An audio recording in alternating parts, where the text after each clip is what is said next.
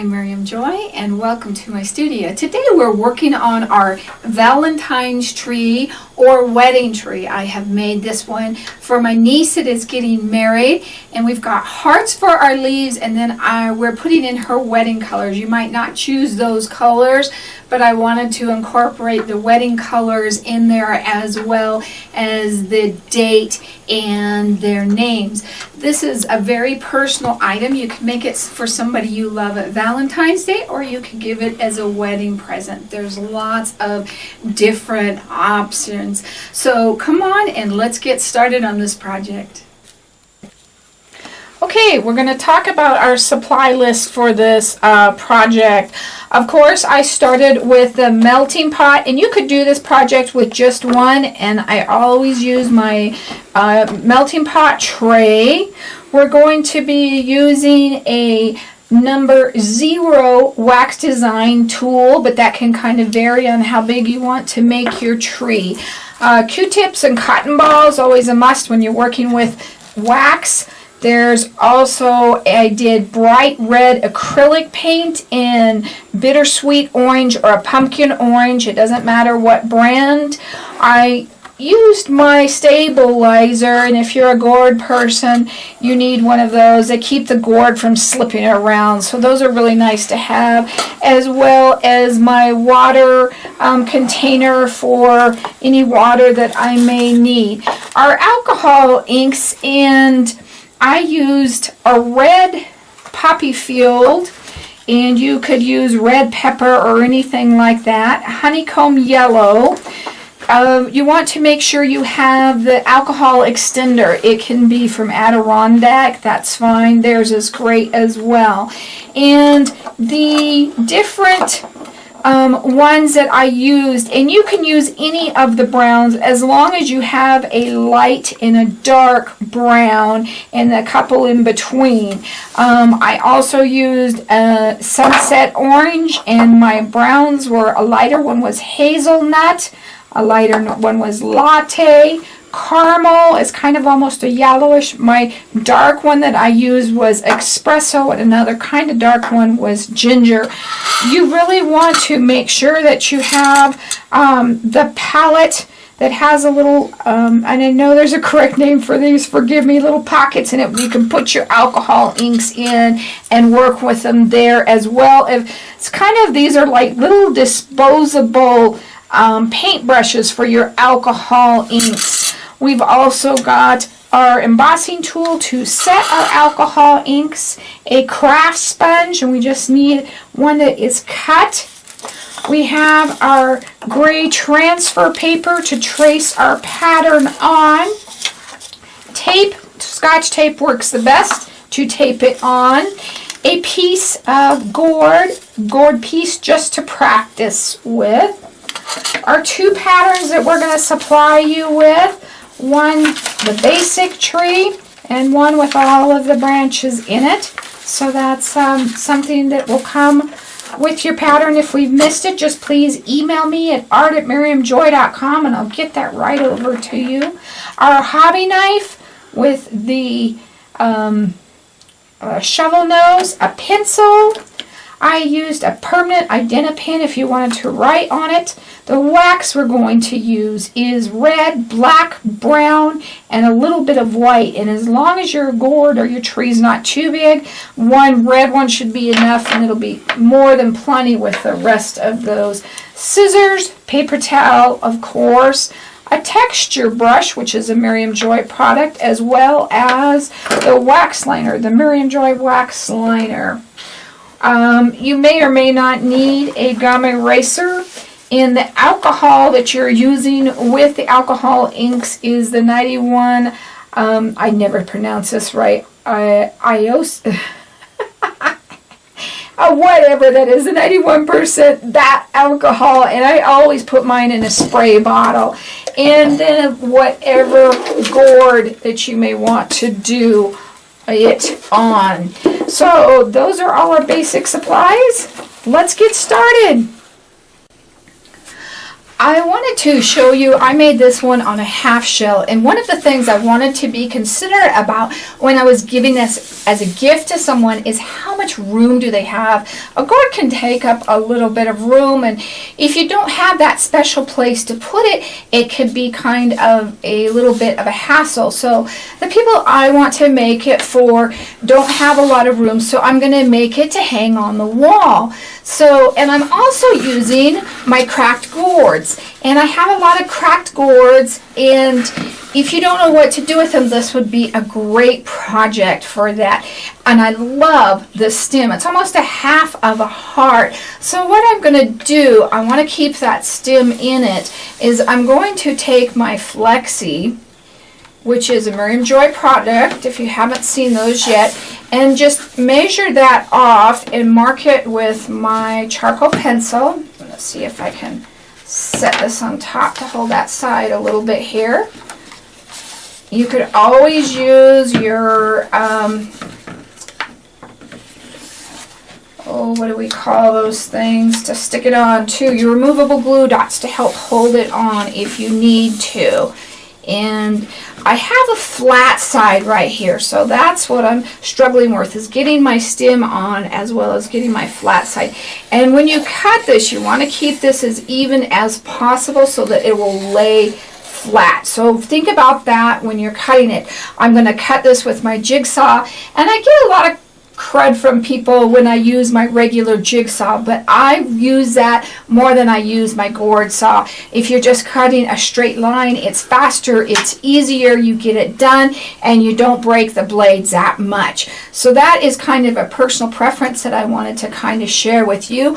Once I get this cut in half, I'm going to clean out the inside, and I'll probably spray the inside with black spray paint after I've got it all cleaned out. So get that done and we'll get started on the tree. Once you've cut that, that should set flush on your table pretty good. If it wobbles just a little bit, don't worry about it. The one thing I will say is try to keep your saw just as smooth, a straight line as you can, and that really helps. You can sand it if you need to. I like to leave mine as natural as I can, as long as I've got everything off and all of my scratches off. I'm setting mine on a stabilizer just to hold it up so you can see it better, but also it doesn't wiggle around on you. So that's what that is if you want to use one. Now I'm going to have a crisp, pretty pattern for you. It's going to be just a little bit different than this, but we've got all of these branches on here. We're not going to put all of these individual branches on until we're actually doing the alcohol inks, and we're using the alcohol inks to make the tree base on the branches today. So I want to use my gray transfer paper or graphite paper. I'm going to cut it the size of my gourd, and we're going to use a pattern that fits the size of your gourd. And you can use a different pattern than the one I'm supplying you with. And I'm going to cut all around this so that we're not fighting it to get it to lay down onto our board. You don't have to put the patterns on, the hearts on. You can leave those till later. Another thing I'm going to do is I'm going to slice down into the paper so that can kind of overlap a little bit and lay down better between those branches. Just kind of slice in there, and then that'll lay down much nicer.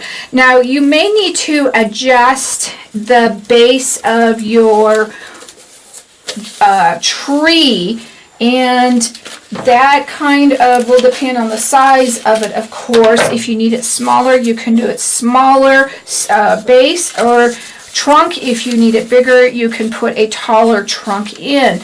Just remember, you want your heart to be seen, so we don't want this down on the curve, and we want our tree big enough, the base, that we can put a nice size heart where we can actually see it. So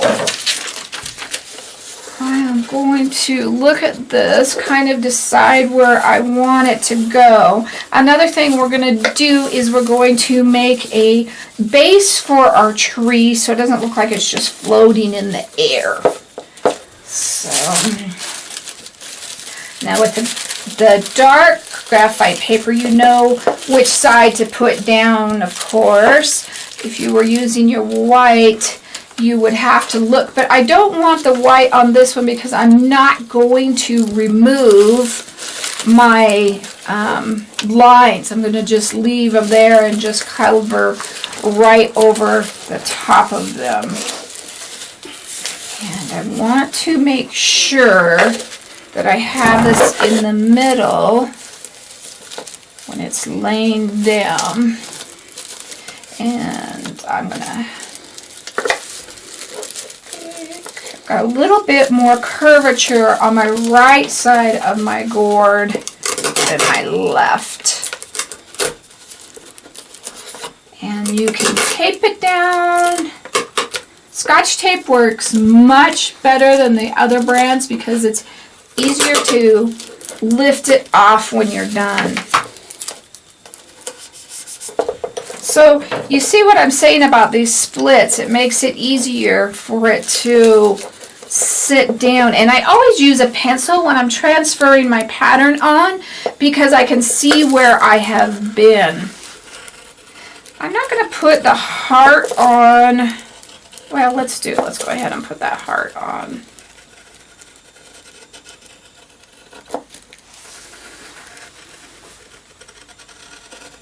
But remember, use this as a reference. If you need to use it for you, that's fine. But if you want to do your own, please do your own. It's just a suggestion. And the same with the hearts. I'm not going to put these two hearts on yet because the way the pattern is, I want them to show up, and I'm not sure they're going to show up enough right where I have them. So that may be something that you want to eyeball. Now we're putting the major branches in, but not the little tiny, like leaf branches, the little tiny ones. And this doesn't have to be perfect, and if you have parts that don't fit on to your gourd, just kind of decide where you can drop them off at and drop those.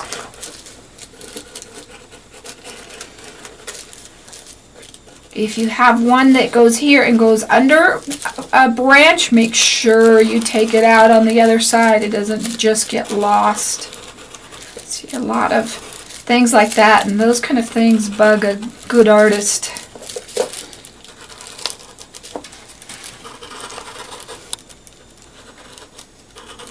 You want to make your branches longer if you have a wider gourd, or if you're doing a whole gourd and you want to wrap it around. I like to do my tree gourds on whole gourds. I really do. But on this one, I know how much room they have in their house, and the wall is a great option for them. Again, we're going under the tree there, branch.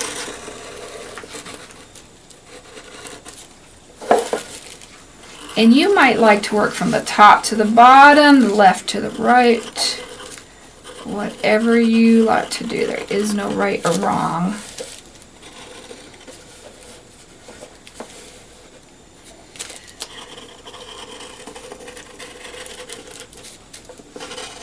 And you can peek before you take the whole thing off to make sure that you have everything on before you remove your pattern or line it up. If you missed a branch, just get your pencil and draw it in. It's not a big deal. And you could even add the hearts on this side if you thought it needed them on this side instead of the other side. So whatever side is better for you. And we're going to take a look at ours in just a minute here.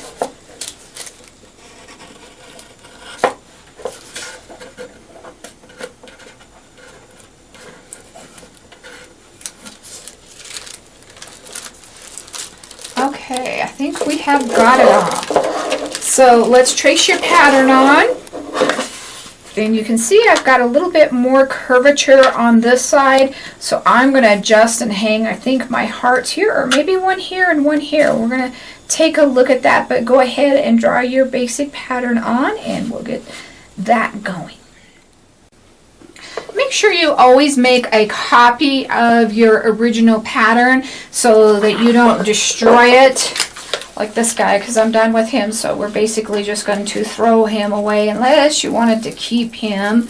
Now, if you have a branch that you want to remove and make a different shape, use your Mr. Clean and Magic Eraser, just nice and damp, and then just do it with your pencil.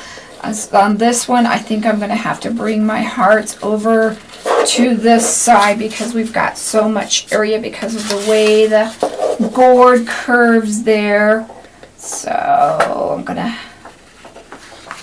and you can decide if you like him on one side or the other and be open to that pattern.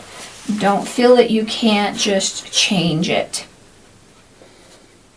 And I might even just kind of move that branch over to the other side and adjust that just a bit. So I'm going to do that, but I want you to see this so that you know that you can change things if you need to as well. That's really important because we're getting too close to this. So I want to move it here and here. I'm going to change that branch just a bit, and I'm going to flip this one over to the other side and just draw that guy right on instead, and just adjust for that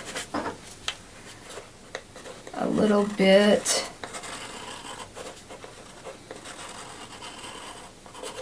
But I always like to kind of show you these things. So many people don't show you when they're adjusting or what they're doing. And when you try to go do it, it's so much harder. So if you know, I guarantee you, people always adjust.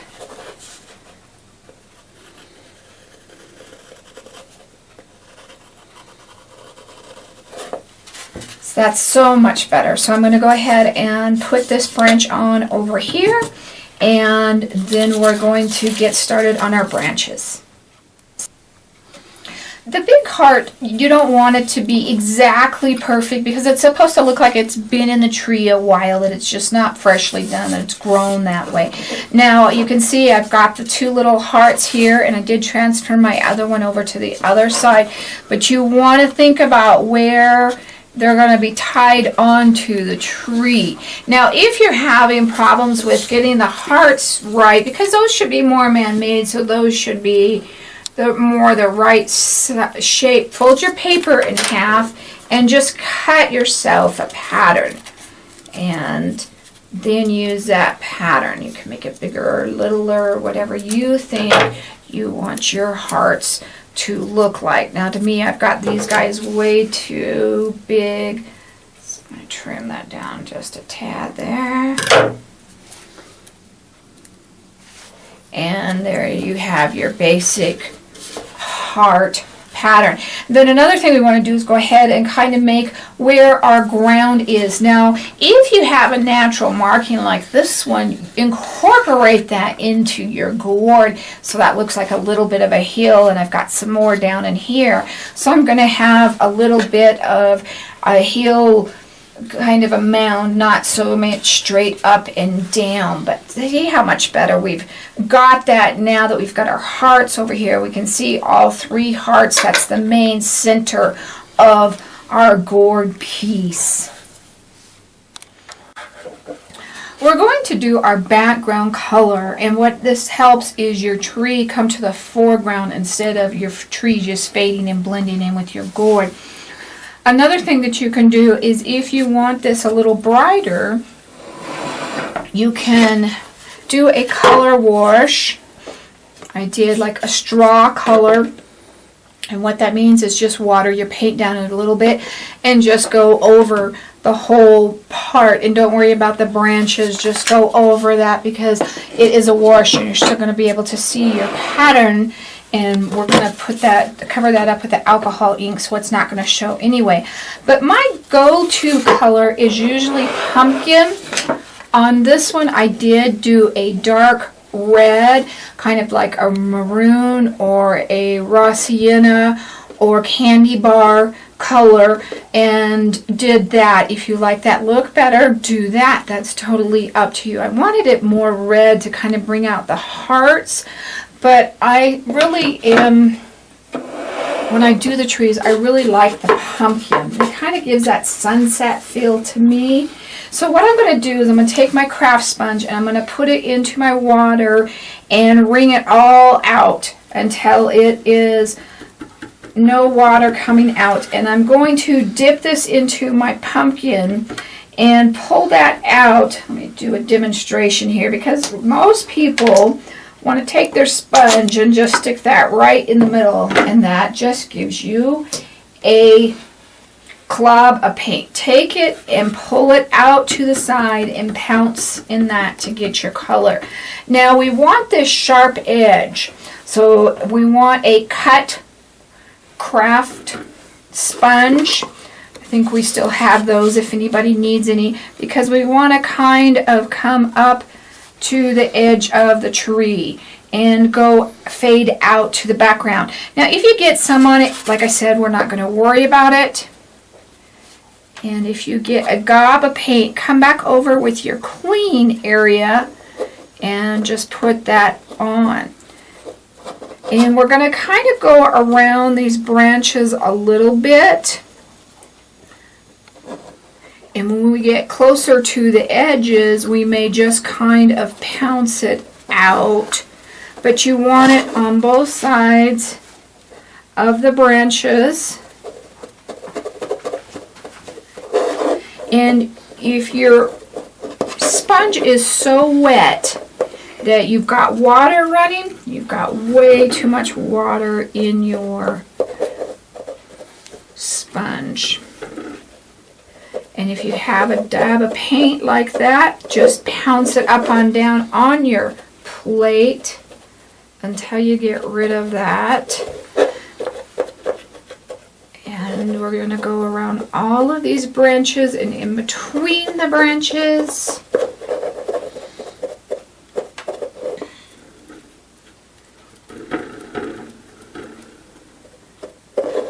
All the way around this tree. Now, unfortunately, we're getting into the stem a little bit here. I want a little bit up here. We might have to dab a little bit around him. Now remember, this tapers off. You're not doing the whole thing, but like in here, you're going to get inside that area because that's an open area. That one too. You can wipe it off there if you think you need to.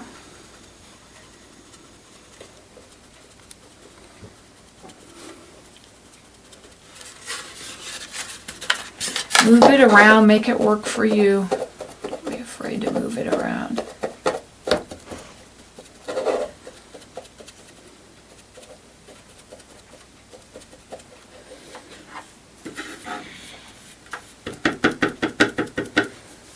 Reload when you notice that your paint is starting to lighten up. But I want you to notice this orange starts to go into the gourd. It's going to get lighter. See how brighter it is compared to where it's starting to dry. So it's not as bright as it looks.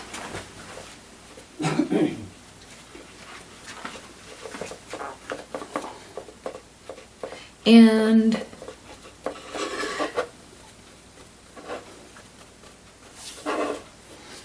you can decide if you think you need some behind your hearts as well. Get into that corner there.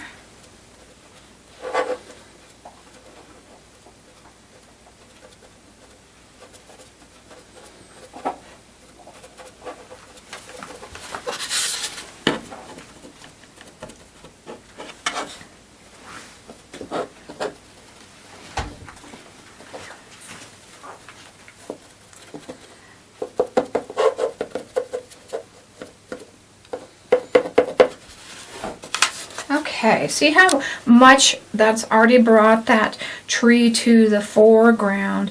And then you're going to decide if you need just a little bit here or if you don't want to even put any there. That's going to be totally up to you. Again, I'm going to do just a tad, not too much at all. Not bringing it up very far, just to kind of make it look like we've got a little bit behind it. And go ahead and get that all done. The next thing I want you to think about is where your sun is coming from. So where your highlights would be on the tree compared to a dark side. And I'm going to make my sun come off of this side. I have a habit of always having it on the left side, whether that's a good thing or not, because then I can always kind of remember which way I'm painting it. You may even want to draw your sun in, whether it's low or high, and think about the rays and which way they're kind of going. If you don't want to get that technical, then don't worry about it. And we're going to give this a couple seconds to dry here. We're going to go pull our alcohol inks and we're going to start on our branches.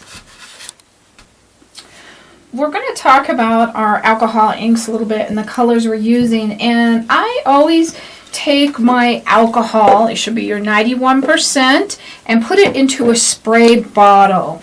And I fill up one of these little paint wells, and you want a little guide like this to work off because your alcohol inks don't take a lot and you need a place to set them. So I really suggest that you get one of those, and they're not very expensive. You can use any browns you want in your tree, but you want to make sure that you have a dark and a light. My dark one I'm going to use is espresso. My light one is hazelnut or latte. I've also got ginger and caramel. And if you want single individual alcohol inks and can't find them, go online to bluewhalarts.com. Tell Leah that we sent you, and she'll take care of you there, and you can get them individually. I am also going to use Sunset Orange with this one because we have the orange in the background, so I want to reflect that, as well as Honeycomb for the yellow, and then red because we still are going to do the red hearts.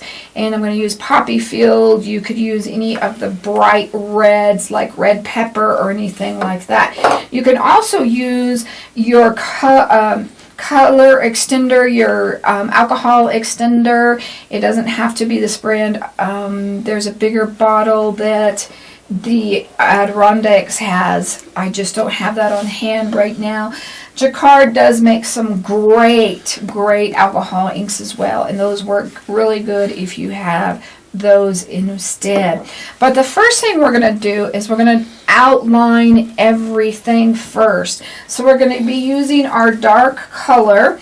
So I am going to be using my dark brown here, which is espresso.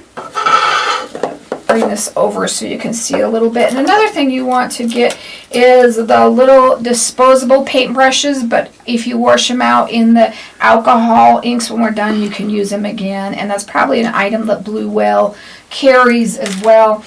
If you can't find one of those, you might want to look for your little disposable kids paintbrushes. They're really hard on your good paintbrushes, so I don't recommend using them with that. So we're going to put this in here. Now, don't be afraid to use a little bit of the alcohol inks in your brush, but you don't want it soaking, dripping wet. You want it just kind of damp like you would with water, and that will help, but you don't want to really lighten it up. And what we're going to do is we're just kind of casually going to go over all of the lines that we put on. You're going to cover up your graphite lines. When we get done here, you won't see them that much at all, so I don't worry about taking them off or anything like that.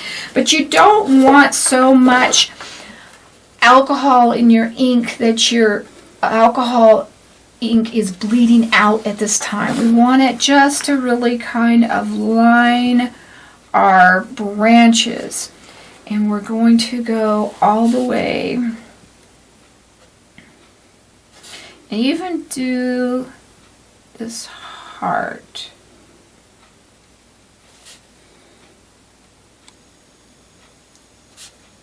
Now the heart is one thing that we want to try and use our lighter colors, and I'll probably use the yellow in it because we want our writing to show up. I want this a little bit more darker though. On my other one, I did put a little bow and arrow through it, but I did that with our liner. We're going to be using our wax liner as well here. And that just really cleans the lines up when we're done.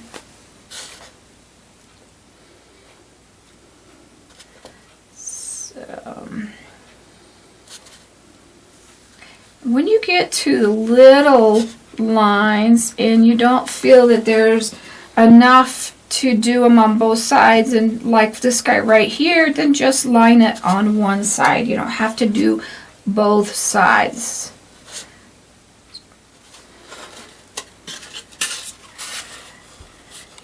And I'm going to add another one right there. I'm just going to make him a little one, and we'll get into our little ones in a little bit here.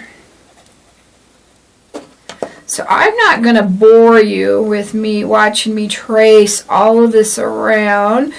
So I want you to do yours. And then once you get all the way finished, we're going to talk about adding our little leaf branches. Make sure when you're doing the branches, one that goes under and follows through and it meets at the right place. Decide what color you want to do your hearts. I went ahead and outlined in the same color. I think I'm going to make my hearts kind of an orangish. We'll kind of look at that. Also, we're going to do down here at the bottom. And if you're getting to the end of your ink and you need just a little bit more, dip it in the alcohol and just come into that color, and then you'll have more of that color again. Now to clean your brush, you're going to dip in that alcohol and keep dipping and rubbing until you are no longer have any of that color in there. And it shouldn't be stiff at all. If you stiff, you still have got some in there. So we've got all of that done. We're still going to stay with the same color though, and we're going to do all of our little branches, and we're going to refer back to our pattern just as soon as I find my brown. All of your heart should be attached to a little stem. They should not be floating in the air, and that's what we're going to do now, is kind of put those back on. And your end of your branches and everything should be kind of flared out. It shouldn't be a blunt stop where you stopped it. And think about how much room your hearts are going to take up, and just if you need to fill in an area. And another thing I have to work really hard at is not making things even. That's really hard for me. I think it's a human trait. We want to always make things kind of even. So, and leave some of your branches bare. I had a section of my other one that was a bare, and you need maybe some coming off the inside of your branch as well. We don't want to neglect that. So we're just going to come in and add these little branches here and there. You can add them wherever you think, or you can refer to your pattern if you really don't know where they should go. And that one looks like a bird foot.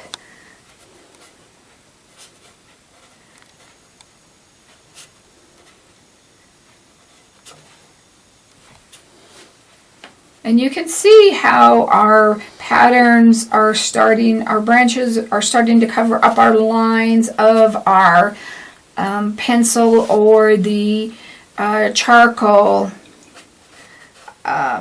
paper. So, okay, so we've got all of that, and it may look messy, but remember, you're going to cover that up with the hearts, so it's not that big of a deal. Or if you have some graphite lines that you need to cover up, then do that there.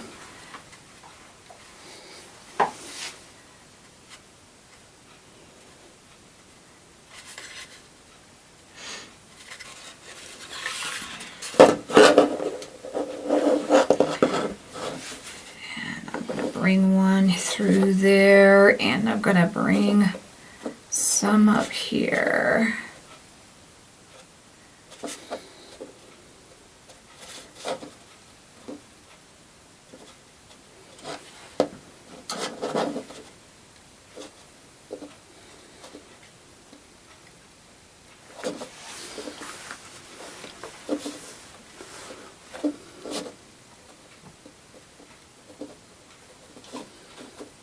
Just think about things not being even. You're going to decide if you want any in those little open areas.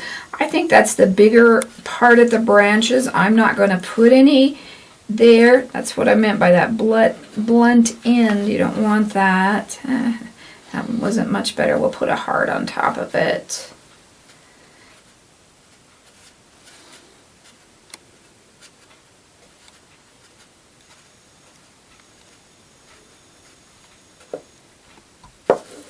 But these should be thinner. They should not be nearly as thick as what you've been working on.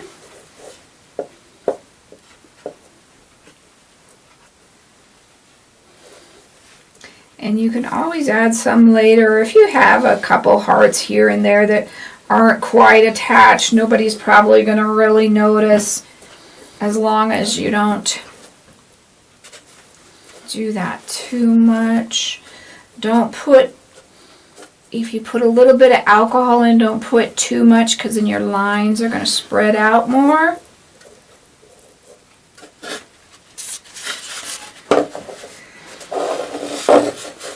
And when you start to get lighter, you may want to stop and reload.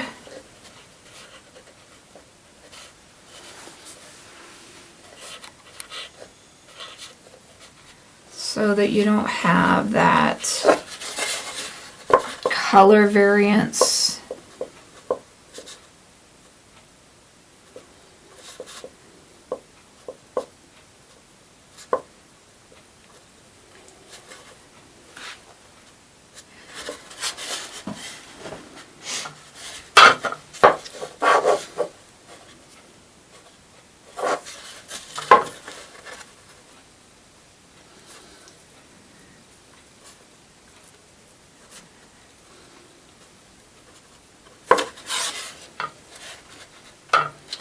I'm probably going to leave this one not quite, well, we still want some there, I guess.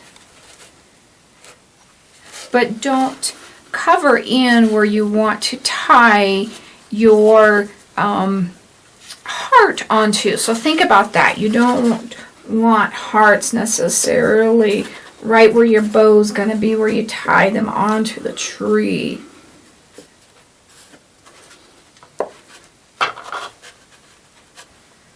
I've got too much alcohol in that one.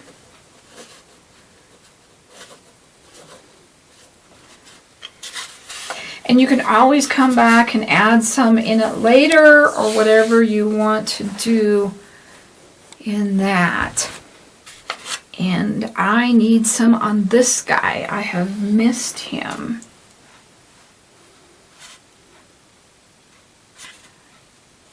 I'm gonna pull him out there, and maybe right there, and that'll kind of fill that area in. But don't think about bringing your leaves all the way down. You don't want them all the way down. You want to leave some of those open. There wouldn't be that area there. So go ahead and get all those on, and then we're gonna have fun putting a trunk in. I'm gonna put my accent colors in before I put the browns in. So this is gonna be a highlight. I'm gonna do it on the left side like we talked about. Think about where it is reflecting. And you can pour these straight out of the bottle, but they're going to spread out more and you're not going to have as much control. So I personally go over these with smaller layers, but like if you're at the bottom, you could put more paint into your brush as you're kind of going up. So that's kind of up to you. And just think about where you kind of want to start and stop. In these areas, you can get smaller ones in there too. And don't do them exactly perfect. They should, I'm probably even doing mine. We're going to add a lot of layers, so I'm not going to worry about it quite as much. Now the sun there might actually kind of jump to that top part. So if you want to get exact, can kind of think about that. Now I want some bigger ones right about there. I'm going to go up into that. If it starts to run and you're not wanting to run in that area, kind of dab it with your finger real quick. And really just barely have one there. And these would all be darker. So I think I'm going to kind of quit there. But what I'm going to do is I'm going to start adding layers inside this heart. I kind of want these to bleed out a little bit, and you could come in and paint it all first if you wanted to, and I'm going to do a little bit in these as well because it's kind of just a highlight. You could paint it all and then come back in and line it so you make sure that you have all of your lines. Now you can see the original one I had left room in between the wet ones, so it won't all run together. Because remember, we want this one a little bit lighter, and we can even come back in if you want to and do a little bit more in just a little while. And I think I'm going to try and widen that area up just a little bit. Okay, and it's just a personal opinion. Play with it. That's what's so great about alcohol inks is you have so much room to play with them. So don't be afraid to just try something different with those. So go ahead and get your yellow on, and then come back and we're going to start our orange. On my other one, because I did the red in the background, I used a bigger rib. I think I'm going to wait and do my red after I do my browns and just use a little bit of red. So now I'm going to go to my sunset orange, and I'm actually just going to put this right where next to our yellows. I don't want that in my heart. Just to reflect that a little bit more, but to bring the orange kind of into this. And you don't even have to do it in all the areas that we did it. If you have room, that's great. If not, we're not going to worry about it. We're just going to do some orange, excuse me. The orange. And then I think that's what I'm going to make these hearts over here. And I am going to kind of dot these. And again, I don't have them so close together that they are touching until they start to dry, because when they do, they just blend all together. So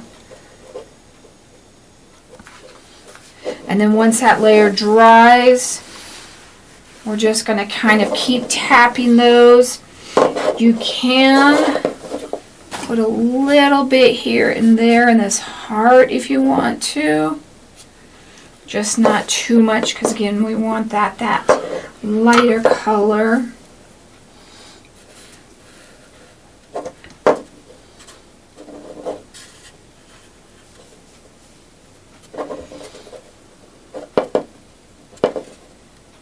And just play with it. That's what's so great about the alcohol dyes.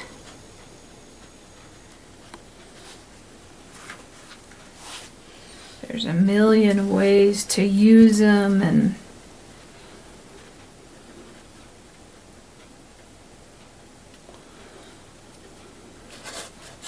you might have a technique that you like better. Because we're working with the branches on that, I do not recommend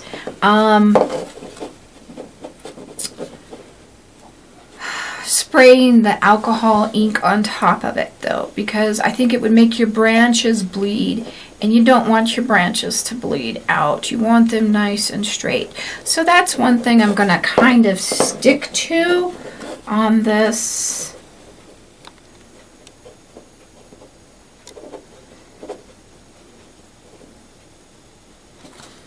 And don't be afraid to use the extender here, or a little bit of alcohol if you wanted to bring it in a certain way or blend it together better, something like that. I'm trying to make these that little yellow highlight on the side, because again, that's where our sunlight is from. So I've got those, and I like those. I'm going to leave those alone now. And when your alcohol dyes start to, that cleanup color starts to get a lot of color in it, clean that out, put new fresh alcohol out. I think putting it in the spray bottle, I just like to work with that so much more. So get your oranges on. And then we're going to come back and we're going to start applying our different browns. I'm going to use, of course, the darker browns on this side. Now this is not the original color I used, but you could come back and do some more of that. And we probably will in a little bit. This color is my ginger. Leave the inside of that hole. I probably should have put some yellow in him, because you want that part to show up. But where the sun, the shadows would be casted, now we want to start putting dark colors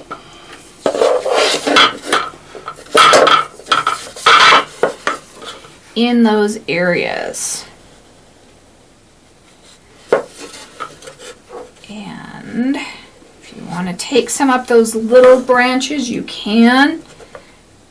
You don't have to. We want the tops of these to be lighter. So I want you to kind of think about that. Save the dark color for the bottom here. And I'll come in with a Q-tip and a little bit of alcohol and clean that guy up. So I want to kind of get some branches going here.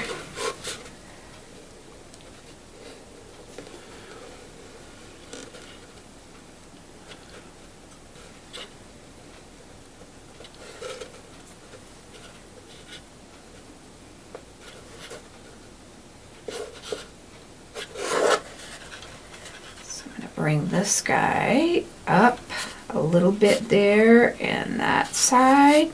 Now we've got this guy. I'm going to do a little bit of shading once we kind of get all of this in, and we'll show you how to shade a little bit under where the branches are.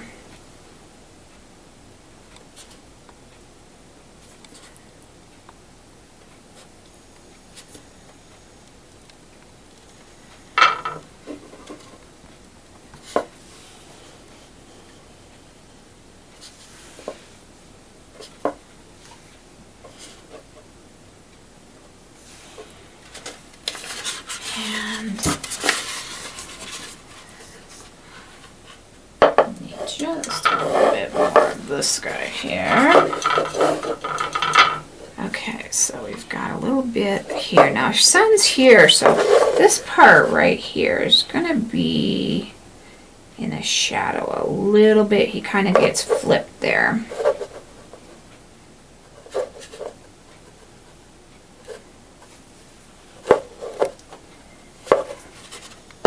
But you don't want to bring that down because that's your highlighted area. And I need some more. And these.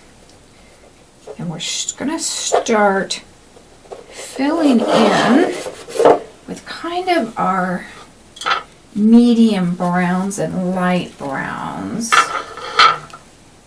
Caramel's a nice warm color, and I'm probably just going to kind of go back and forth between these three. So get that darker brown in, and then we're going to start on some other browns. Okay, I'm going to come back in with my lighter brown, and I'm going to fill this in on our left side. I didn't put that yellow clear up to that edge because I feel that it helps kind of round it out a little bit more. I do kind of have this area should be lighter here. There is no right or wrong, and you don't have to use this many colors. You could use, I would suggest using at least 3 colors if possible, but if that is not possible, then use what you have. You could always mix some of your colors as well.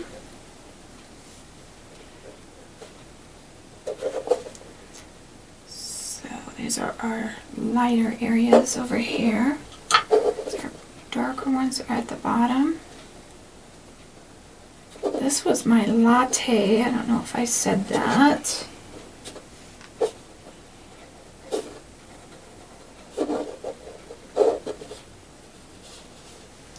And you can see that our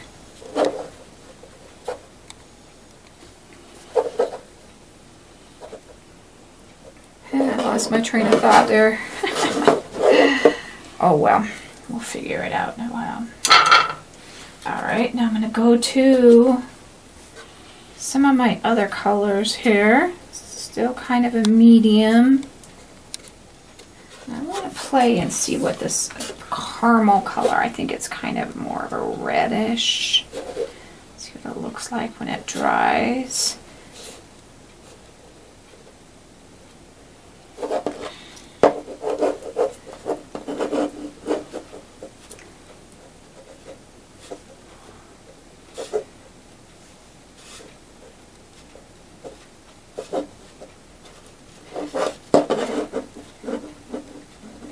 And just play with them and see how this color already is there, but I want to make it line more show up, so just go over it with a smaller line, like right here. Just kind of go in and give it a smaller line. You could leave some of the gourd color if you think that you like that.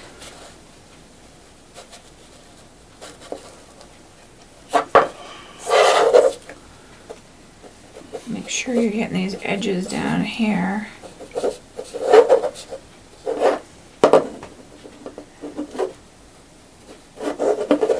Make sure that if you put a big one on it like that, that it's not running down your gourd.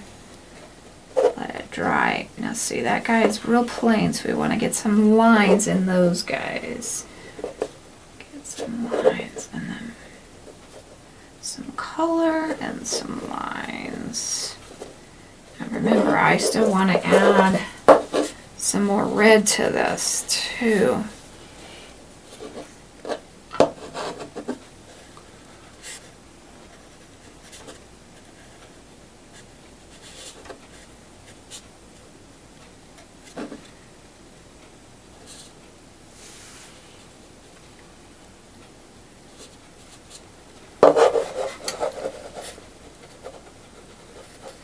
So we've really got it pretty well covered. So what we're going to start to do is think about where we need a little bit more line in there.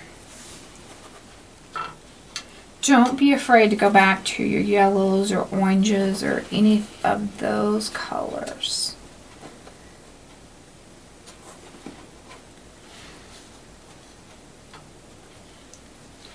Just lightly fill this guy in so that we know he's a knot.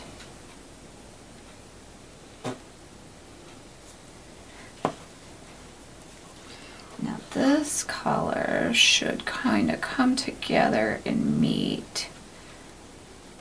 It looks like it grows that way, not like it doesn't grow that way. I see one here that can use a little bit more help. And it's really going to be up to you when you stop, what you add, and how much you use. Make it change, because you will like it better a certain way than what I have into it. All right. So go ahead and play with that. We're still going to darken it up and add our red. I'm going to dip into my extender and go back to my, well, maybe not, that's a purple color. I'll put it in the middle. I'm running out of pockets here. The extender blends it more. So it'll take it and blend it out a little bit more. And we're going to just darken our shade sides up so it doesn't look like we have a line just sitting out there by itself.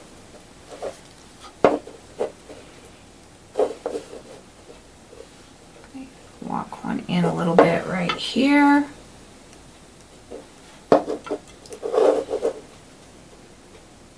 We're also going to do this in areas like right here. And what I'm going to do is I'm going to kind of dab this on. So this is a shadow. You also can kind of take your Q-tip and remove some of that. But we want to make it look, don't look like we just did that in one area. I kind of do that a little bit with the branches that go underneath. So we've got the top and the bottom of that one. And I've got that guy there. He's not quite as big. And I think that's really all of those that we want to do. But anywhere where it's kind of just a line by itself, you may want to darken that up just a little bit. And another thing that you can do is just run that extender over it just a tad as well. So I'm really kind of liking that a little bit. I feel like I've got a bunch of lines on this one compared to my other one. So I think what I'm going to do is run a little bit of extender and just blend those a little bit more in. And what that's doing is just taking those colors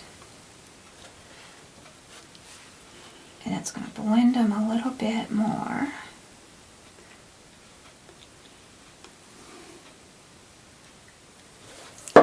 Now if it's starting to get out of hand, if you have your heat gun, you can hit hit it with that or a blow dryer if you needed to.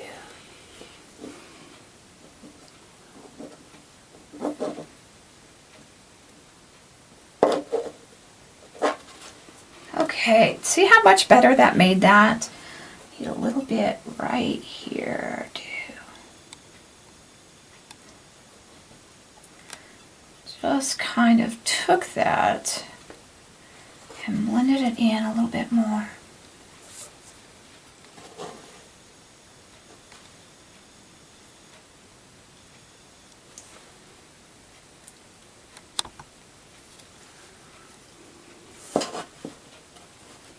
Alright, I wanted to get a little bit of red in here still.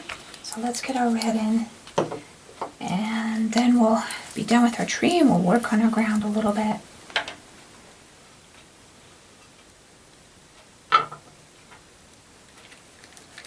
Now our red, we don't want a whole bunch. We just want a little bit so it'll reflect the red in our hearts.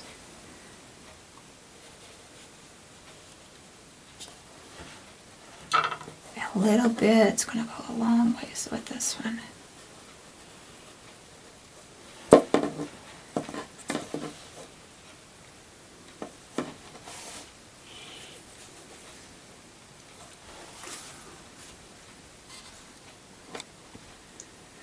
And I'm going to stop there. The one other place that I want to do a little bit more is around this heart. I can see, I think it needs to be more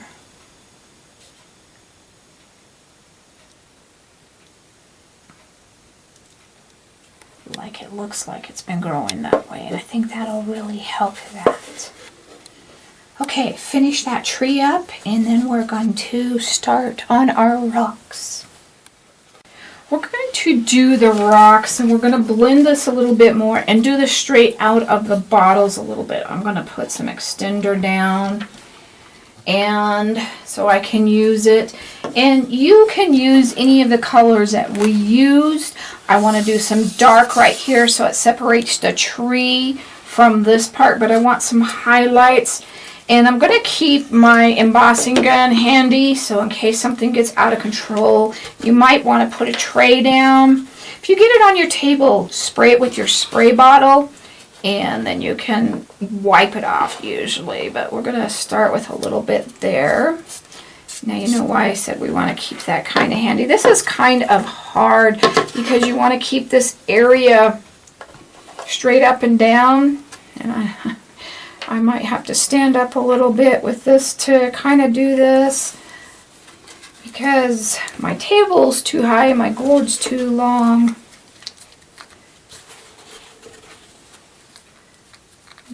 I kind of got it leaking here.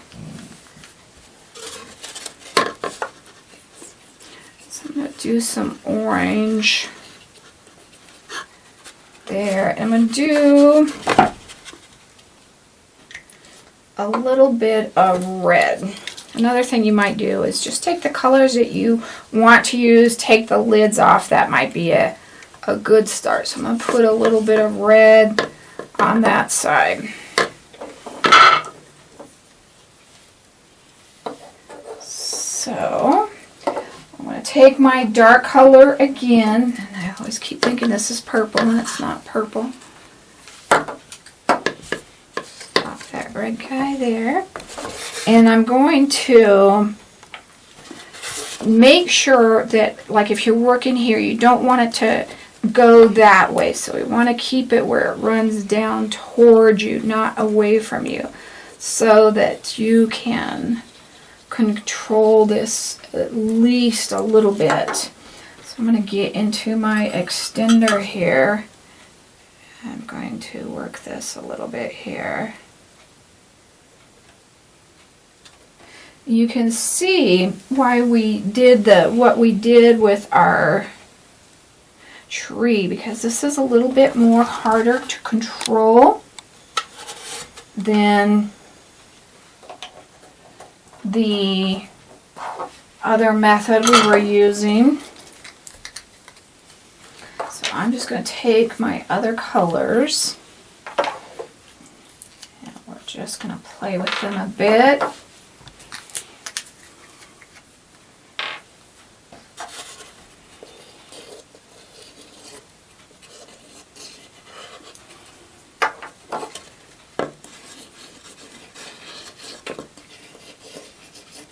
Another thing that you can do is if you want to just kind of base coat it with a color first and then come back and do this, because then you don't have all of this mess quite as much. And you can really see it start to come to life. You don't have to worry about going back and filling in these holes as much. And making sure that you get all of that filled in.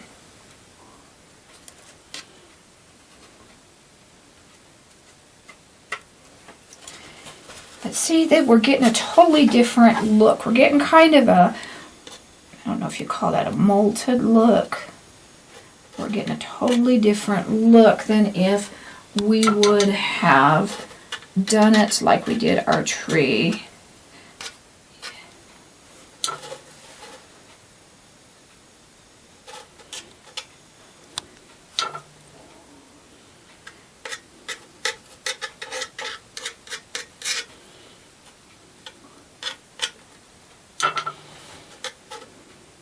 We don't want so many lines in this.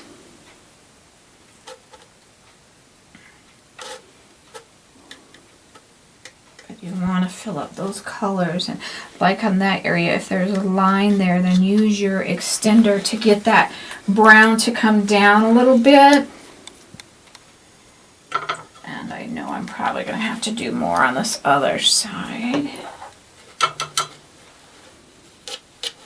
If you haven't yet seen the alcohol inks videos, I've got a bunch of them out, bunch of different techniques, then check those out. You also can own your own video.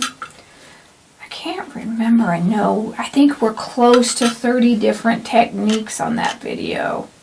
So if you want your own so you don't have to go looking for it, you can just pop it into your DVD. Or if you want a YouTube copy, we've got a YouTube copy that has the whole thing. Get your own.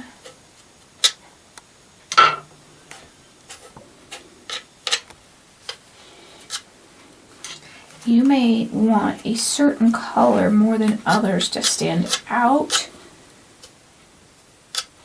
So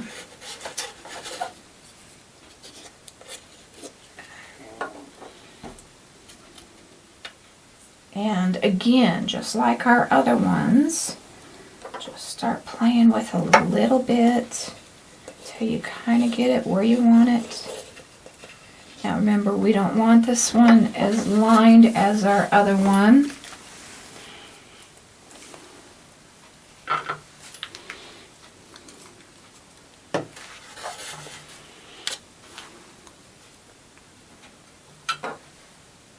Leave that top line and kind of have that bottom line going. That gives it a ground look. So I'm going to do one more kind of right here.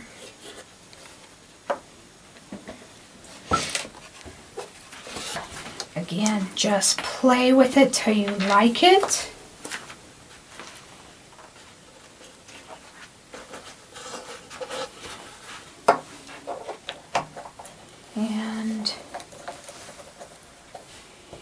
Whatever you feel. I am done. I'm not going to touch it anymore. That is it for me. The one thing I do want to say is make sure, because when it gets to these bottoms, it'll kind of go up the sides, so you don't want to make sure that that's not running like right here. I'm going to towel that off a little bit. But doesn't that look like a real neat ground setting? it's totally different from what we've got going on in our tree.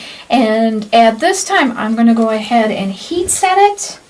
And there are a couple things I want to show you on cleanup, but go ahead and get that done, and then we'll talk about that.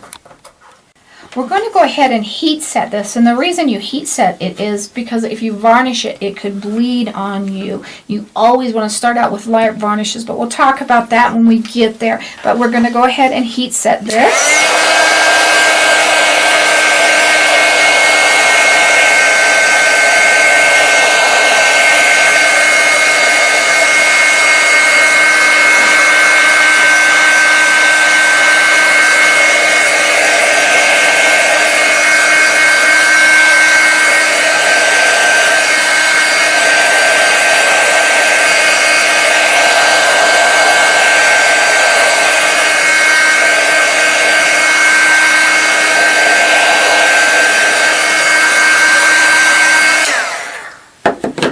See a couple that I had kind of missed a little bit here.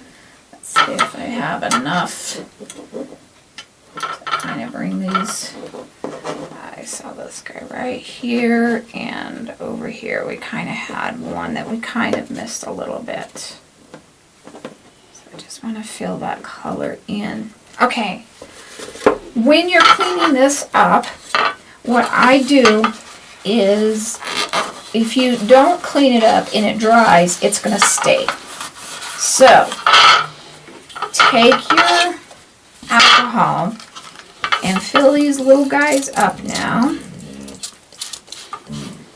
And let them soak just a little bit, and then your colors are going to wipe right out. Do your brushes again until there is no color in them whatsoever. Get all of that out of there. And that is how you do your alcohol cleanup. I wanted to talk to you about liner work, and you don't have to do this step, and I have mixed thoughts on if I want to do this now or if I want to do this later, but I think because of the hearts, I do this a little bit later, and I think it really kind of just outlines a tree a little bit more. I have it on this one on the left, and it is with our wax liner. But I want to put it on, I think, after I get my hearts on. But if you wanted to try it before, if you thought it was easier and you wanted to do it then, now, go ahead and do that now. But try it. Make sure that your hearts go over the wax easy enough. And if you don't want to do that step at all, then don't do that step at all. And we're going to get started on our heart leaves. I've decided on this that I want to put some texture, kind of like the leaves, the older leaves, so that you don't see through the hearts as much. It looks like there's more layers.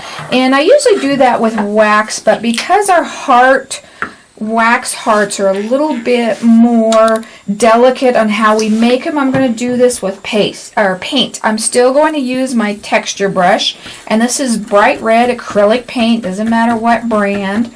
And I pulled my paint out with my brush instead of sticking it in, and so we're pouncing in this little bit of paint so you don't have any globs, and pounce it on your plate, or you could use a paper plate, or if you're using palette paper, so that it looks like that. If you see any globs, you want to redo it and get those out. You may even want to wash your texture brush and start again. I don't have any water in my texture brush, and we're just going to do a little bit, and we just want to go over the areas of the branches where the leaves would be. And when it starts to wear out, reload. And I just went back on that area. I didn't go back into my paint puddle. I just went back in again to the area I pulled out. That's one of the really tricks of Sponging. A lot of people don't get sponging. They have these huge blobs of paint, and it's so simple. But you've just got to do that. If you get some like this, that's okay. If you want to take them off, you could take them off with a Q-tip if you don't like them. But see how that's adding that depth to it. It's giving it leaves behind leaves so that you can't see through them, that they're not so thin, that it doesn't look like you have the depth of the tree. And if you have to pull some more paint out and then pounce into that again.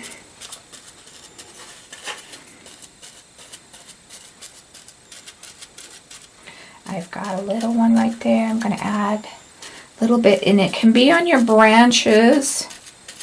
That's okay. But see how that's really bringing that to life?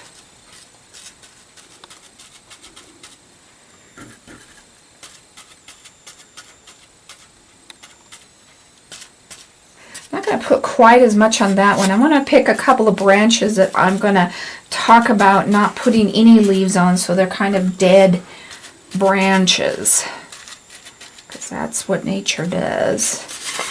Try and get up around here without getting it onto the stem too much.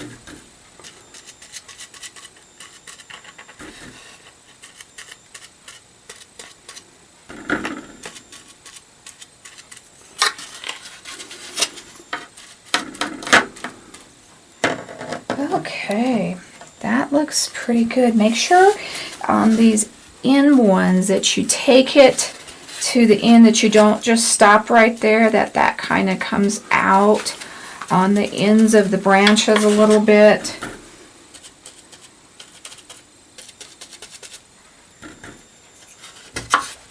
But I'm really liking the color, and I really like the orange. The orange really helped to set the red off. So get that done, and then let's start heating up our melting our wax in our little melting pots. We're going to practice our hearts a little bit because they're a little bit different than other wax leaves or strokes. So on my tree, I'm going to be using red. And then my first tree, I only did red leaves, but I think I'm going to do red with a little brown and red with a little white. But make sure you're using red, not the, there's another red that's a pinkish red. I can't remember what it is right now, sorry. But you can make your tree hearts in any color you wanted. If you want to do pink, do pink. If you want to do purple, do purple. If you wanted yellow, brown, whatever you wanted to do. But I really thought heart red. I'm going to fill up my melting pot, and I've been having these warm up. And usually I'm real specific about the amount of wax we have in our melting pots. Just above the Crayola sign, take your knife, slice the paper. That's the easiest way to get it unwrapped. But on this one, I'm not quite as tough on you.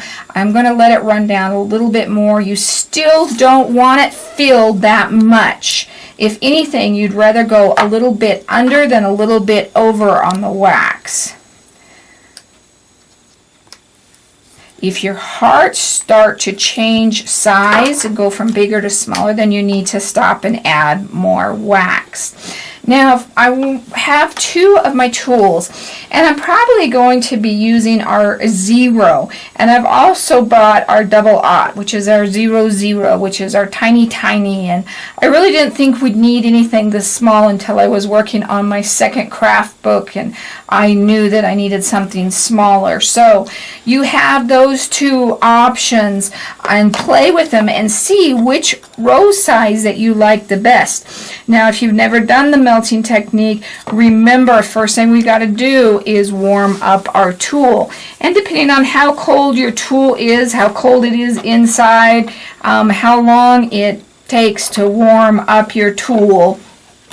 Now see, you can tell it's still really cold, and I have just plugged these pots in. They haven't been sitting around for a long time, so that's another thing. So if you're starting to warm your pots up, it's just going to take a little bit longer to heat up. You shouldn't see it cake up on the side of the tool like that. It should be really melted, but sometimes that first part, even when I think it is warm, if you just remove this part, and then it'll work just fine. So I'm just going to take that part off and lay it in there. And once you're getting going, as long as you're going back and forth and not leaving it out and talking, it should stay warm enough that you don't have to worry about that. If you take a cold tool, we'll use this other end for example, and try to put it onto your gourd, you're going to see all you get is smudges because it's sticking to the tool. And in the meantime, I've cooled off the other end.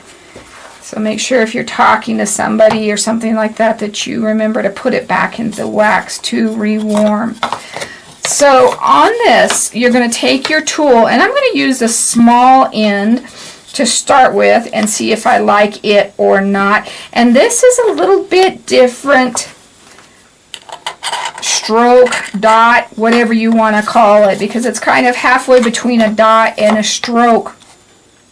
And what you're going to do is you're going to go to the middle of your well and pull it straight out. That's really, really important because that keeps the dot the same size. Otherwise, they're going to kind of vary. So we're going to pull that straight out. We're going to set our hand down just like we would a... Now see, I got that first one a little bit smaller, and we want those far enough apart that they're not going to run together. But you're not going to play with them very much. And even when I first started this, it took me a little bit of practice. If you don't like them, take them off and start again. So that first dot when I'm working with the tool, for some reason, always is a little bit smaller. But you're setting your hand down on the side just like you would a pencil and applying that. Because if you do it straight up and down, the wax doesn't get on the gourd as easy as if you do it sideways. It has a tendency to do it a little bit better. Now we want these close enough that they're not touching, because if we touch two of them, they run together because they're warm, and you end up with a thing like that. And it's kind of a little bit of a challenge to kind of realize how close you want them, but not too far apart that they don't look like a heart. It's kind of like what we used to call in painting the Mickey Mouse ears or Dolly Parton heart. So we're doing a dot, dot, and then you're just going to pull those together real quick while they're still warm. So you don't want very much time in between your dots. So I'm going to do a dot. I've got a decent sized dot there and a dot, and just pull it with your tail. See how easy that was? And you want that sharp tail. So just kind of pull those together and form that tail. And just play with this, and I even have to when I'm starting to do this again, as you've even noticed, but you don't want to play with them very long, and that's not quite big enough, so I'm just going to redo it. You don't want to play with these so long that your heart starts to get cold and you've messed up your wax. And see, that one was too close. And that's a great one. And I want to kind of mess with it a little bit so you know what I mean by messing up the wax. So by messing up the wax is you're playing with it and it's cold, and as you can see, we've got just a mess. So if you don't like your heart, you don't like the shape of it, what you're going to do is just let that cool off like I did this guy here, and take your hobby knife, which you want the shovel tip nose, which is round, and just get under nose and take them off. So if you had a dot that was too little, don't even put the other one on next to it, just leave it there and then just remove it. So any of your mistakes take off. Now, these are supposed to be leaves. So leaves are not exact. They're different shapes, they're different sizes. So unless it's a total weird one, I would probably leave most of your leaves. Even if it has a little dot and a big dot, it's still a shape of a leaf. So don't overjudge yourself and be scraping everything off, but take a little time and practice it, and don't be just too hard on yourself. Now, if you decided you wanted them bigger, then do them bigger. If you wanted them smaller, do them smaller. Now, I'm going to do my different colors first before my red, but I'm going to throw in a little bit of red.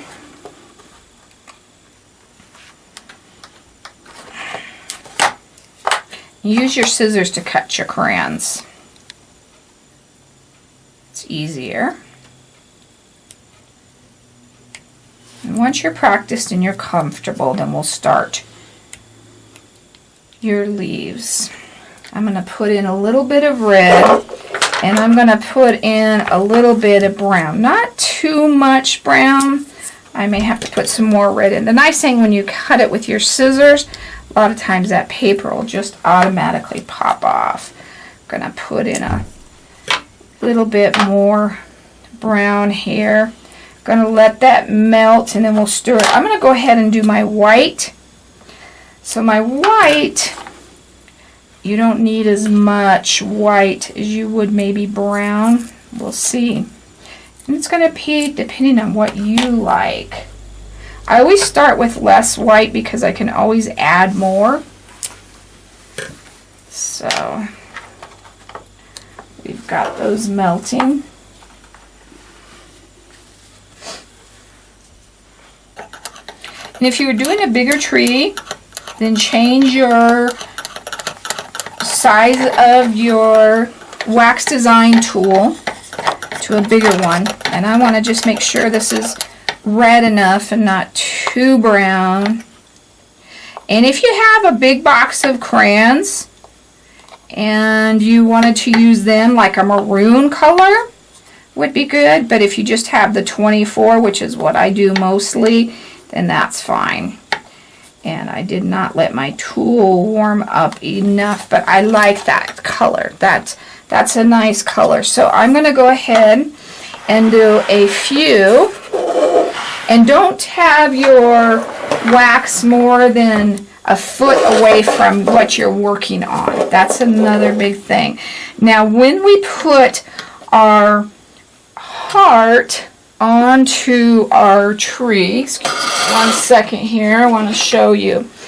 Make them go the direction of the branches. So you have all of these branches. This is coming down, so these should come down. This one's going up, so the bottom of the heart should be coming up and pointing that way. So make them go with the direction of the branches. That's really kind of important. You don't want them all hanging down, and they would look kind of funny because that's not the way that it would go. And you could decide if you wanted to do some in clusters, which I have done, where some are just brown here, here, and here, or if you want to do some random. And this one I think I'm going to do random clusters. But what I want to do is show you, like this branch. I don't want to do that branch because I'm going to leave that as a dead branch. And let's figure out which other one, if you wanted to leave it dead, which one it should be. And you can decide as you're going. You don't have to make it all up now. I think I'm going to do that one and that one. So I'm just going to kind of mark it with my charcoal pencil so I know not to go on that area. And then I'm going to just start, and like I said, I'm just going to put some here and there. So whichever way your branch is going, we're going to turn those. And I got that guy too close.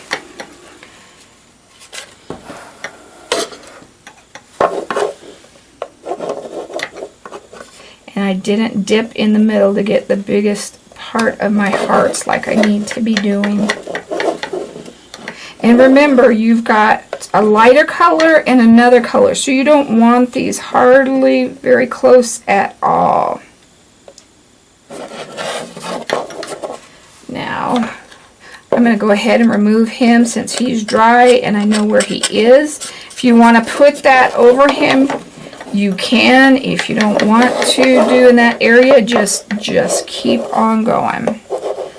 So dot, dot, and pull together. Dot, dot, and pull together. Dot,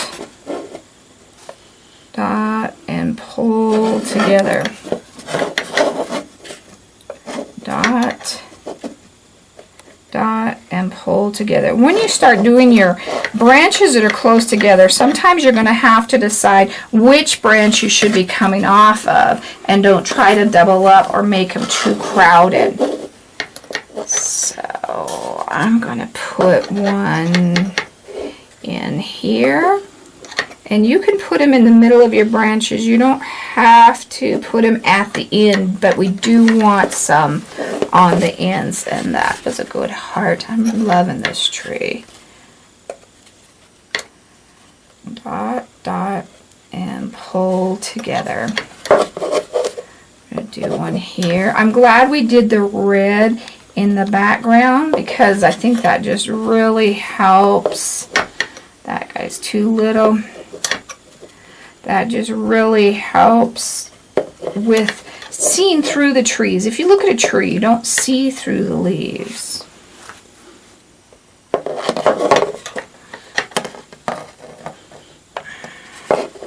That one I did not hit in the middle, and the only reason I can go over the top of him is because he's so small. If he was bigger, I would have to wait and just remove him. But I want you to see that I have to work with things too. I'm not perfect. That one we'll leave. We'll come back and hit him later. I'm going to hit this guy here because he's on this other branch, not the one I circled. Let's do one here. Let's remove this guy. Try not to take your paint off. If you do, try to go back over that with your wax.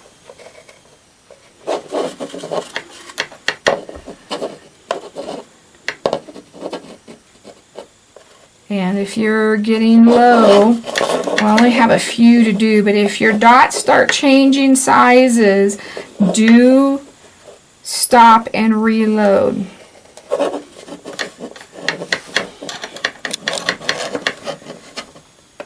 But you're constantly turning this.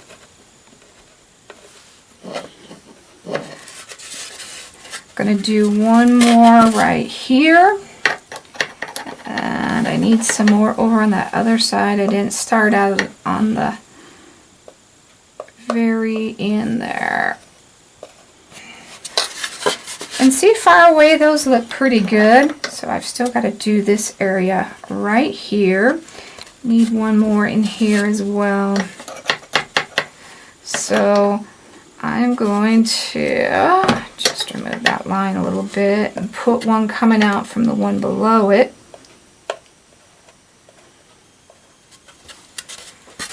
Gotta have one over here. Remember to hit that middle, come straight up. I am the biggest person that doesn't do that. And then I got those two too close together. So I did it again. Pull it straight out. Don't pull it to the side, and you're going to get those consistent in size. So we're going to remove this guy.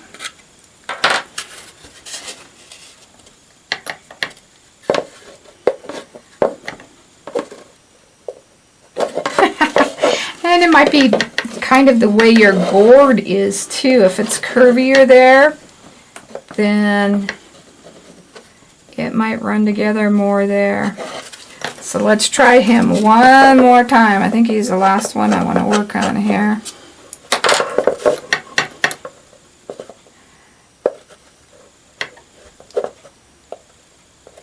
There we go. Okay, And they don't need to be even. Nature's not even, and I'm doing them probably too even than I even should be. But sometimes that's okay too. So I've kind of got those all done. So go ahead and get all those done and come back, and we're going to do the next color. Okay, I'm going to stir up the red and white one and test that color to see if that's light enough. Again, if you had a big box of crayons, you could use those instead of mixing a color, but why not mix them? And I like that. That's just a little bit lighter than that. Not too much, and I don't want it too much. I just want some. So again, I'm going to remember where my dead branches are and just start putting some here and there on my tree. And remember, it doesn't have to be even. That guy's too dry already.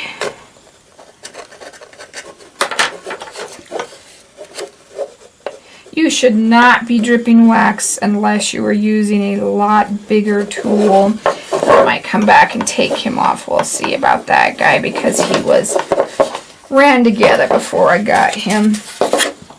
Again, we're moving with our branches.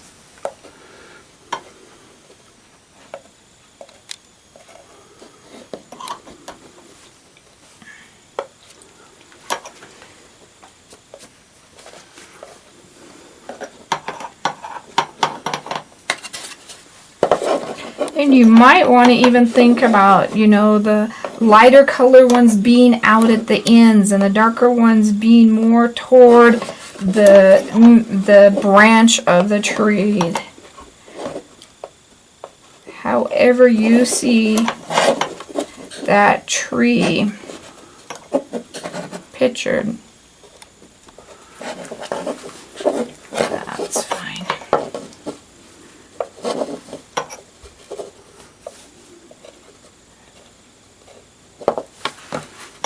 And that one ran together, but he's okay. Like I said, we don't want these perfect. So I think that one's fine as well. So I'm going to go ahead and just put some here and there, and then we'll start on our red color. Alright, we've done here and there with those two colors, so now we're just going to fill in with our red. And you should always practice with the same color that you're going to do the tree, because the red is a thicker color, where your green or yellows or colors like that, your yellow greens are going to be really thin.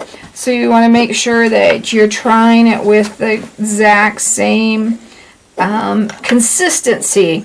Now we even want to put some on to the tree branches themselves. Don't forget them, because they look funny if you kind of just leave them alone. We want to make sure that we get that. Now see, we have a branch right there. It's not going to have a heart, and that's okay, because not all branches have hearts on them either. And it was too close to put a heart onto.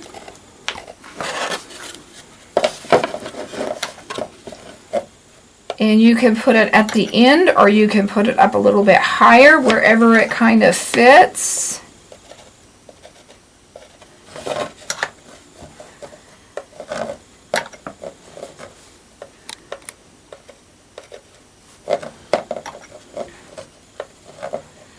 And we're just going to start filling in all of those little branches. Do you remember the ones that we've got marked that we don't want to fill in? And now you can see the difference between the two colors that we put on previously and how that's all starting to go together real nicely.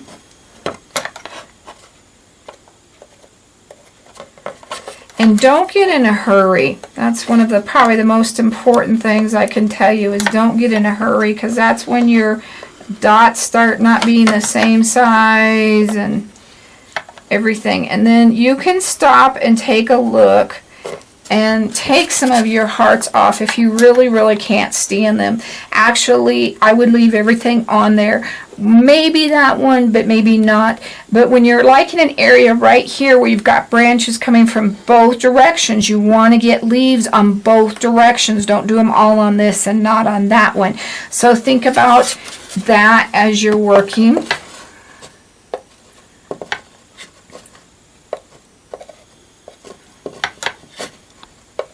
And just make the gourd work for you. Turn it around.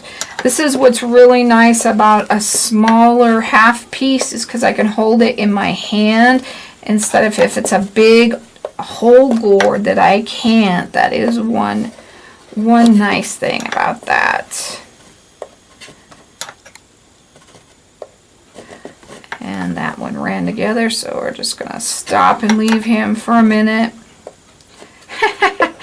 And there's some areas, like I say, and I don't know if it's the direction of the gourd or if it's me at the time, that just run together. If I've got them too close, what the deal is.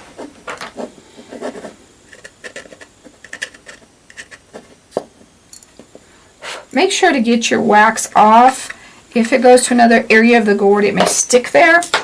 So don't forget to remove that. And it's easier to do it now while you know where it is and can see it than later. I think his tail is actually supposed to go that way. And this guy was supposed to come up this way. So I'm going to put one in the middle, kind of on the branch, like we talked about. Make sure you're hitting some on the branch. Don't make them look funny because you don't have anything on them.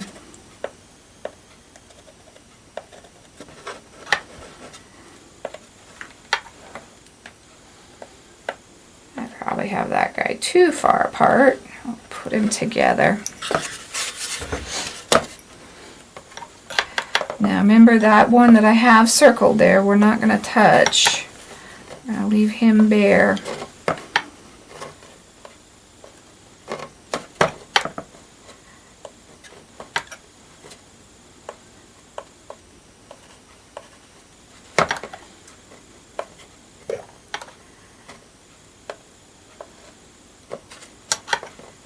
And I have to keep telling myself that because I keep wanting to put leaves on him. So we're going to leave him, and we're going to go up above him though and hit these guys.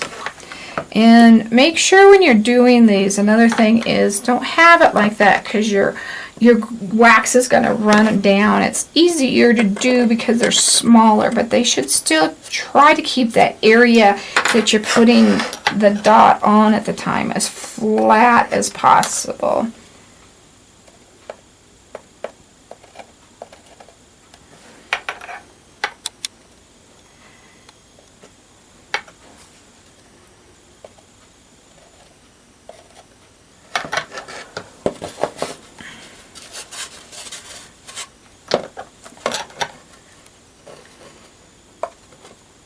And I'm just going to continue working all the way around the tree. I'm about to the point where I need to stop and add a little bit more wax here. Don't forget to add more wax when you notice it's starting to get smaller. This guy is this way, so you're going to flip him right in the middle of all those hearts.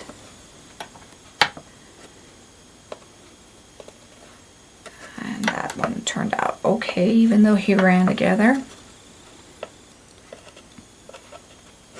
If you do a boo-boo, try it anyway. And if it turns out okay, that's fine. If not, you'll take it off. You're going to take it off anyway, so that's not a big deal. So I'm going to continue working all the way around, and then when we get all the way around, don't forget little areas like this. You want to make sure you get them filled in. When we get all the way around, we'll talk about having some falling and some on the ground. Okay, we've gone all the way around the tree, and what I want you to think about is you don't want leaves in that area. But think about, did you get enough leaves on the trunks themselves that they don't look funny? Because they do need some leaves on them, because there would be some leaves on them. They wouldn't be totally showing through. And I'm going to do one more right here. And when you're working on it, don't be so critical that you're taking every heart off. I've had people like that in class. And once you get it away from you, you're not going to see it that much. So only take them off if it really doesn't look like a heart. Remember I said that, there went that thought. All the leaves come in different shapes and sizes, so that's one thing to remember. Now let's go ahead and remove, and just lightly, because we don't want to pick up this, and this is a Q-tip. I'm going to tell you my secret. That's spit. Don't tell anybody. So we're not picking up any other paint underneath it, and that lifts it really well. Gets that white chalk pencil off of there. Okay. Maybe one more right there. Just kind of look at it.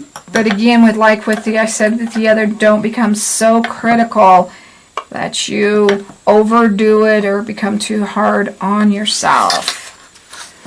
So I think that looks pretty good. The next thing we're going to do is I'm going to show you how to line the tree, and this is something you do not have to do. But let's get those falling hearts in. And these hearts are falling off of our tree. We want some part way down and some just laying on the ground. And because this one is so low here, I had them fall off of it on my other one here. I think I'm probably going to have them coming down here and just lay a few on the bottom. Now this is one time where we do want them a little bit more perfect. So try and get these a little bit nicer. And you can do them on both sides. There is no right or wrong. The only thing I would tell you is to not get them all going one direction. Make sure the tails are pointed out in different areas. And don't do too many of them. Space them out. Don't do them evenly. I still struggle with that.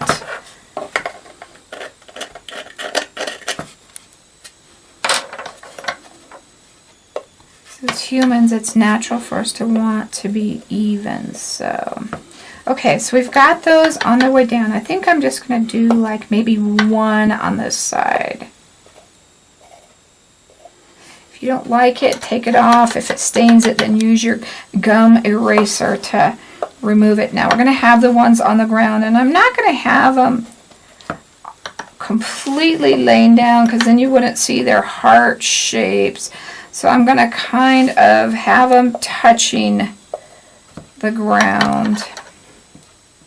And again, we're not going to have them going all the same direction. They need to be going in different directions. And not even like I'm doing. Again, struggling with trying to keep them uneven, and I don't like that hard at all.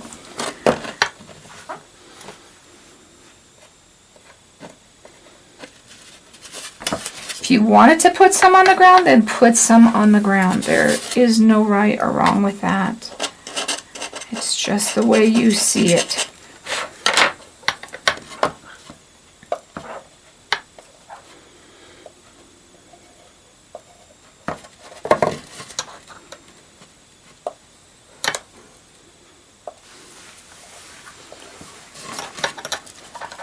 And I'm going to put one more right here. And again, I'm going to do two instead of... So we've got three there, so it's kind of uneven. So it kind of looks like they're falling. And I like where that is at. So I'm going to get rid of my red. And I'm going to do my outlining. You could do it in a dark brown or a black. And I'm going to do it in the black wax.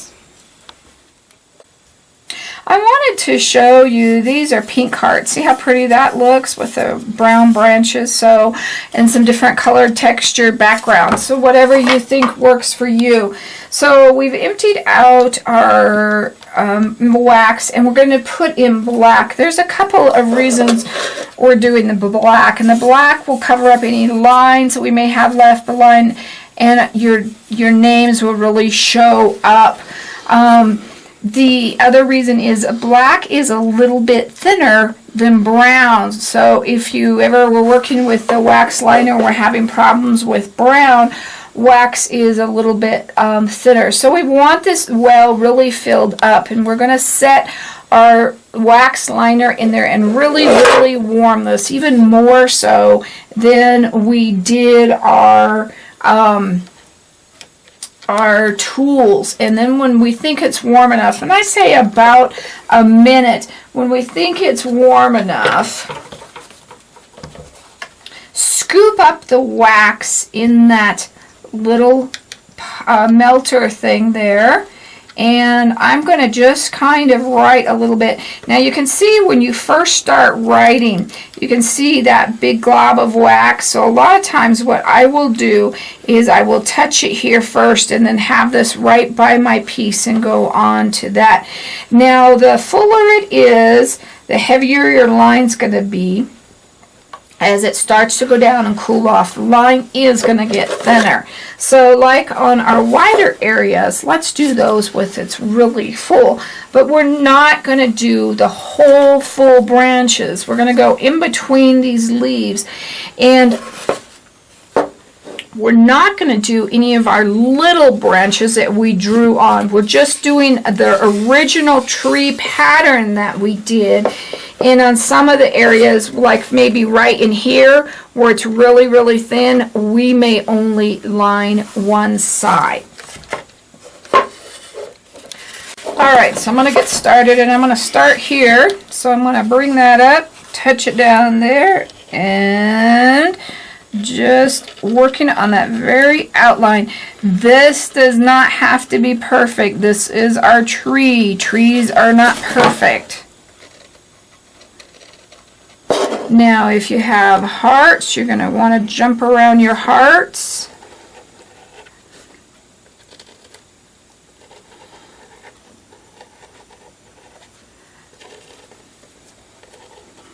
And I'm only going to do one side of that branch because that's a smaller branch and I don't want it to stand out too much.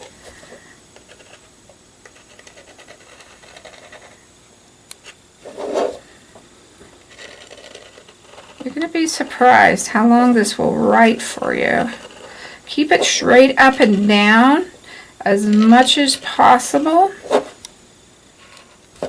I'm going to go to smaller branches and leave that for a bigger branch. When it starts to get warm, I'm just going to kind of let that one go out there. I'm not going to do the other side of that one.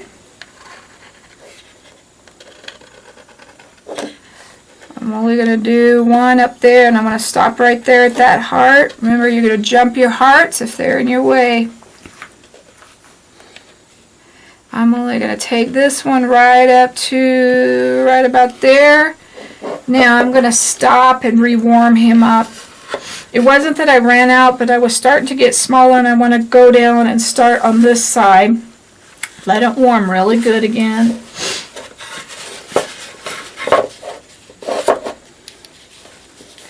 Again, start there. We're going to make our knot on our tree so it really stands out. That branch is behind it, so it is not going to start there. You may decide that that branch is on the side of it. Whatever you decide. I'm not going to go up that branch. This branch is coming out of the side of it.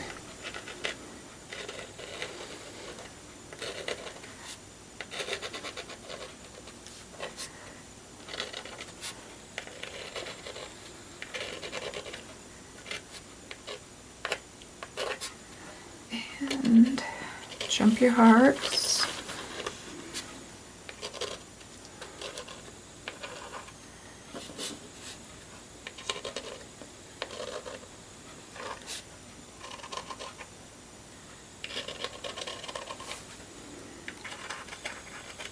Okay, I'm gonna warm it up again. And I'm gonna start this time with these bigger guys there. I think it kind of cleans it up, but if you don't want to do this step, you like your tree the way it is, then don't do it.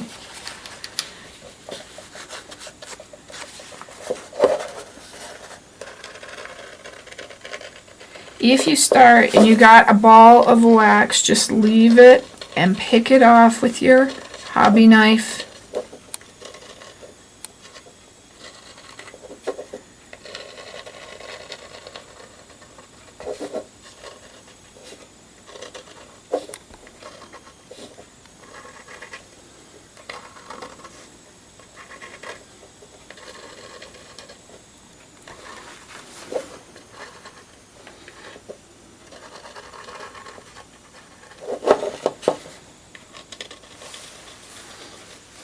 I'm only going to come up to that one there and stop there. Take that guy around and I'm going to stop there. So we're going to load up again. I'm going to go off this direction this time. Make sure we meet up with the original. Just don't get nervous and get in too much of a hurry. And I noticed I did kind of come off this one here, so I'm just going to bring this down and have him run into that one there. I'm going to do this round part here. Go ahead and start up that guy there.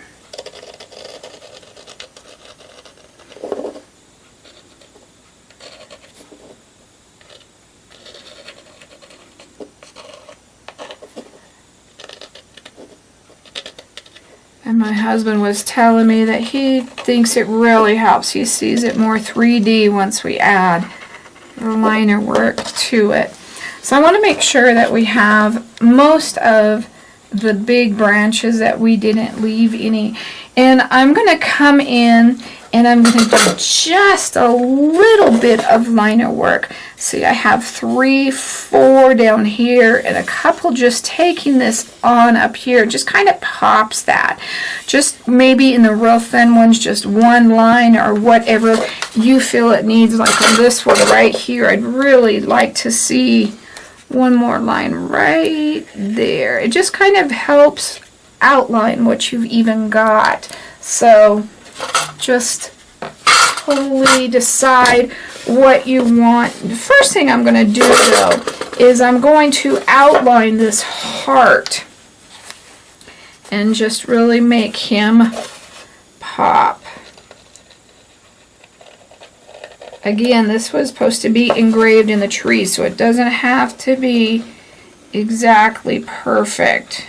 So now I'm going to just pick some of these up that are going up and just kind of follow what I've already did with my alcohol dyes.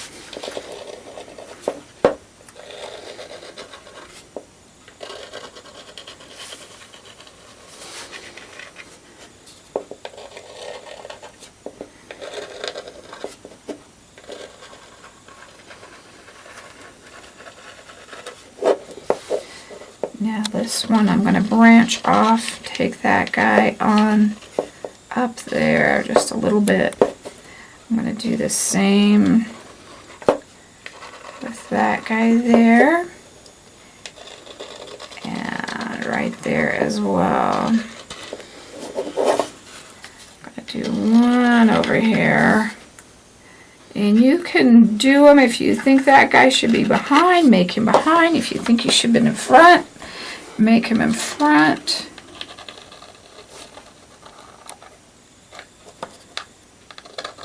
And I think we're just about done. We don't want too much. We want just enough that we kind of make what we've done pop.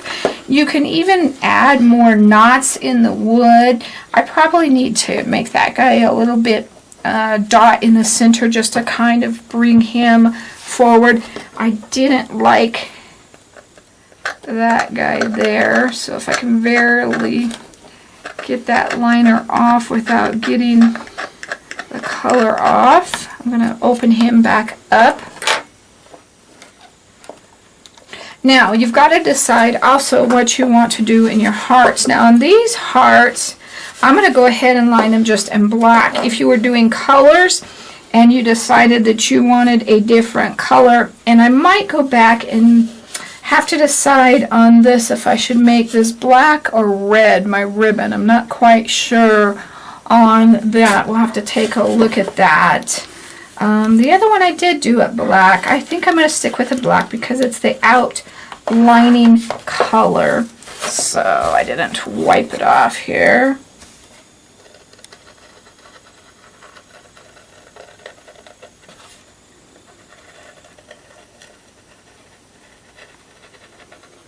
And then we're going to take this straight up like it was hanging, and it's going to be across the tree, kind of a loop, and it's got where it's tied on in a bow. So I think we still got enough to go over here. And I kind of messed this one up as we're working, but I think by outlining them, it's just going to correct that. And I'm going to stop and heat up my bow just a little bit. And I was a little bit rough on those. If you want to make those a little bit smoother, you can make those a little bit smoother. You could even make this for a birth of a baby if you wanted to. That would be really cute. You could put their names on it, how much they weighed. Wouldn't that be really cute? Put their names on it, how much they weighed, and the date and their name. That'd be really cute. There's just a lot of things that you could do with this. So on this one, I decided my son is getting married, and it is Yosha and Troy. And I'm going to put Yosha up first because it's bigger than Troy. And then I'm going to put their initials and plus, and then their wedding date here. I did this one for my niece, and I put the initials on the tree. And I also drew a arrow through it. If you like that, then just do that. Do that with your liner. And I brought their wedding colors in. I think I just already discussed that. But I put their names here. And you also could just put one name and another name if you were doing like for your lover or your significant other or whatever. You could just do names if you didn't want to put a date, or however you wanted to do it. If you needed a third heart, put a third heart. You might have more information like we're talking about with kids, you know, a birth of a kid. I think that would just be an awesome, awesome gift. So we're going to get their names in here, and I'm just going to write it with a pencil right now, just to give me an idea. Usually I just go for it, and I want to take my Y a little bit over more, and I'm just trying to position everything more than anything else. And I may even want to go up just a little bit higher here.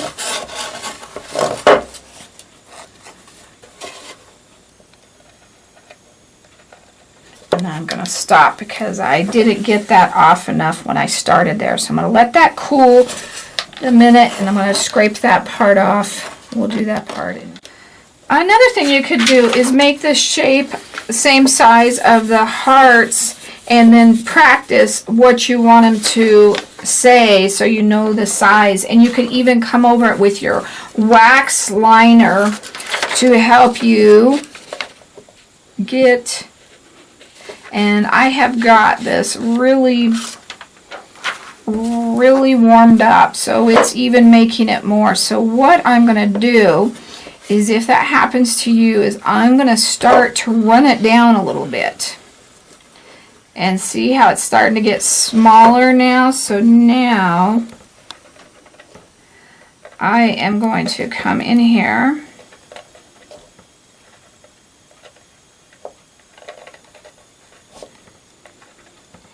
And remember, this is grown in the tree, so again, it doesn't have to be perfect. Now Now the ones on the side should be a little bit more perfect. I'm going to keep going. And I may have that one too big.